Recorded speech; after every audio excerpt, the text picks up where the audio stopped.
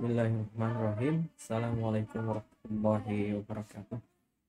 Eh, Sahabat sehat yang dirahmati Allah. Hari ini saya pastikan bahwa yang sudah berjalan adalah yang pertama menu diet, yang kedua minum air putih dingin, yang ketiga mandi air dingin. Jadi ini tiga tahap yang sudah mulai dijalankan. Hari ini adalah menu terakhir di hari ketujuh. Selanjutnya ibu boleh uh, meneruskan kembali menu-menu yang sebelumnya, diulang lagi. Boleh yang hari pertama jadi hari pertama lagi, hari kedua jadi hari pertama, hari ketiga bebas.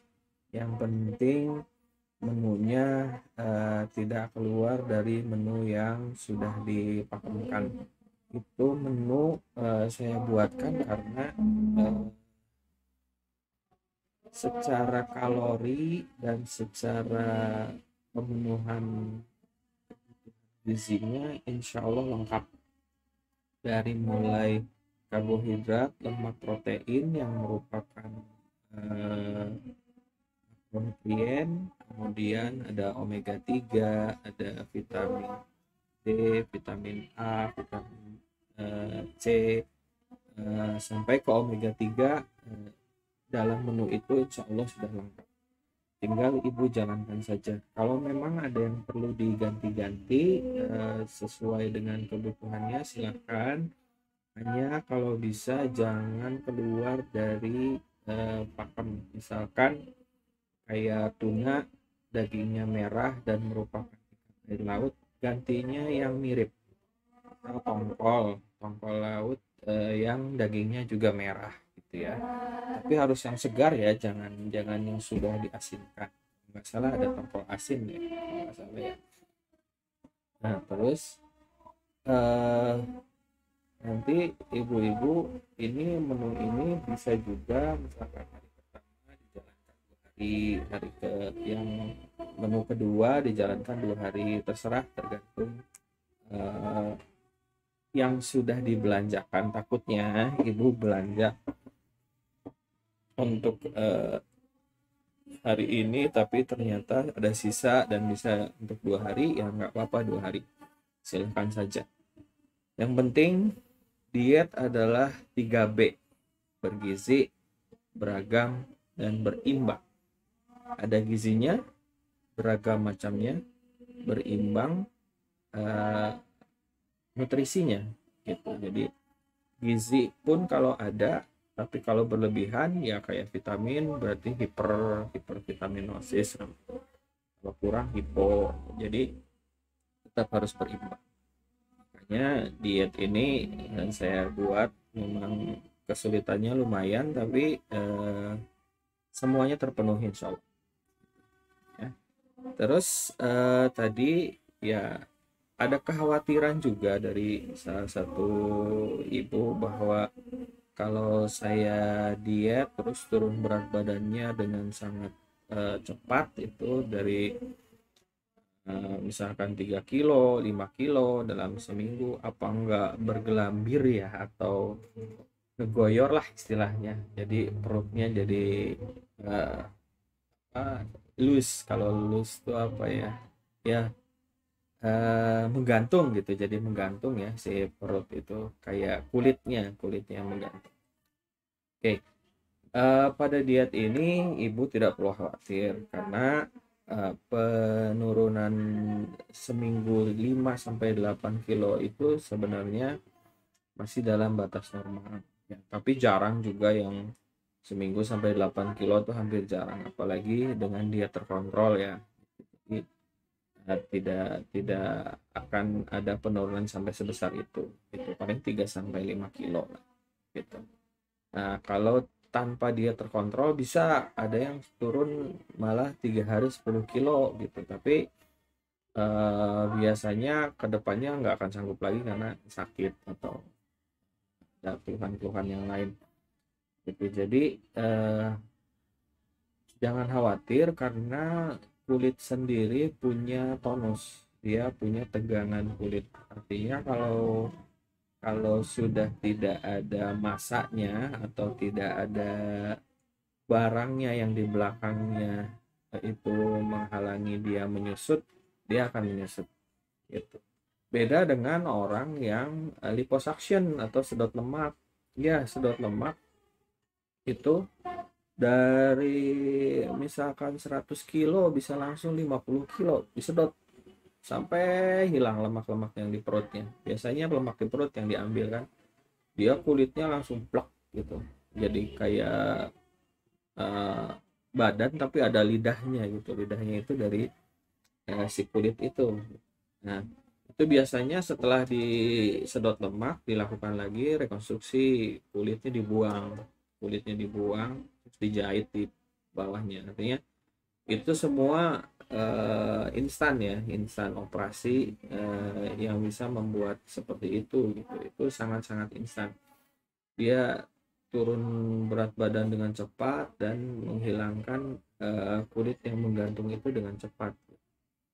Jadi kalau kita dengan diet yang aman, insya Allah tidak terjadi sih hal seperti itu. Tapi nanti pun saya akan memberi tips tentang bagaimana olahraganya. Nah, olahraga ini yang akan membuat toning nanti. Toning itu kencang. Gitu. Jadi untuk ibu-ibu ya di sini mayoritas ibu-ibu ya. Ada bapak-bapak juga tapi udah lab. Dan saya pikir di grup ini sisanya paling sisa belasan orang lah dari yang 20 itu. Tapi nggak apa-apa, tetap semangat saja karena tadi saya selalu bilang sih sebenarnya harusnya ditanya di awal tujuan untuk dietnya apa gitu. Karena beberapa orang tujuan diet itu hanya untuk saya pengen turun berat badan gitu. Pada saat itu tidak tercapai ya biasanya lebih banyak kecewanya. Tapi kalau tujuan diet kita adalah untuk menjaga kesehatan, ya proses itu akan dijalani mau bagaimana. Karena kalau kitanya hanya untuk turun berat badan, itu udah berat badan turun tuh di makannya berantakan lagi dan naik lagi.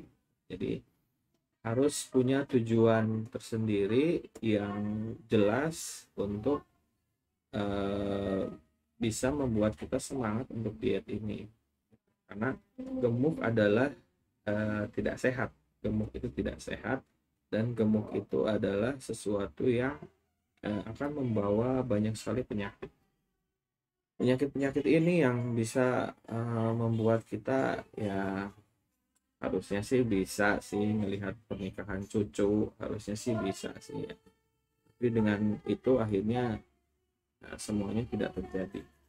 Tidak, bukan karena pendek umur, tapi misalkan kita berat badan berlebihan, lututnya terserang peradangan karena beban kita lebih, akhirnya membebani lutut sangat-sangat hebat sehingga lutut sering nyeri, tidak bisa berdiri, tidak bisa berjalan, mau berjalan juga nyerinya luar biasa, duduk pun sama, dari duduk berdiri lebih nyeri lagi gitu. Nah itu sebenarnya mempengaruhi kualitas hidup ya.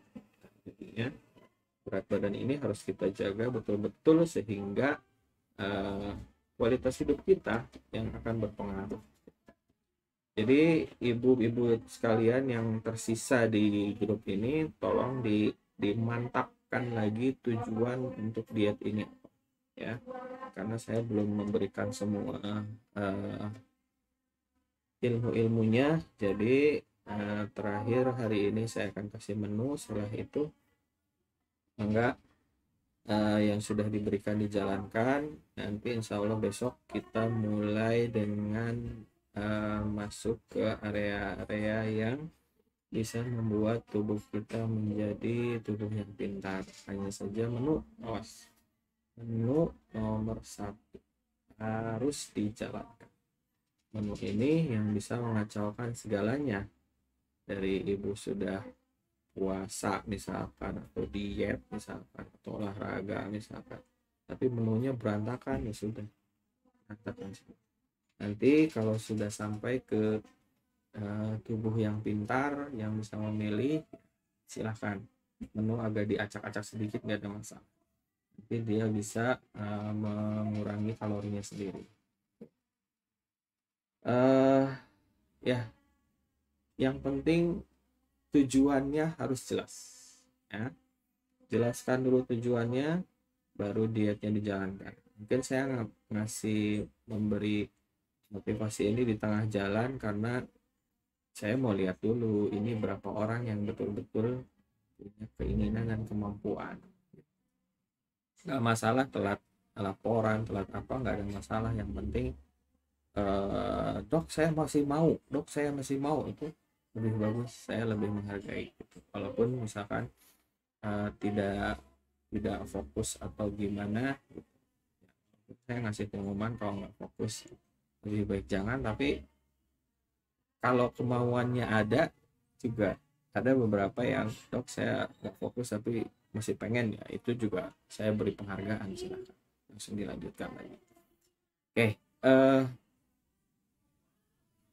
sekian dari saya untuk hari ini. Besok kita mulai lagi tips-tips di tahap yang keempat. Berarti tahap keempat menu sudah selesai, masuk tahap keempat. Ini tahap mulai yang akan membuat tubuh ibu lebih berasa enak lagi, lebih berasa nyaman lagi, lebih berasa segar lagi untuk melakukan semua aktivitas. Oke, terima kasih. Sekian dari saya. Assalamualaikum warahmatullahi wabarakatuh.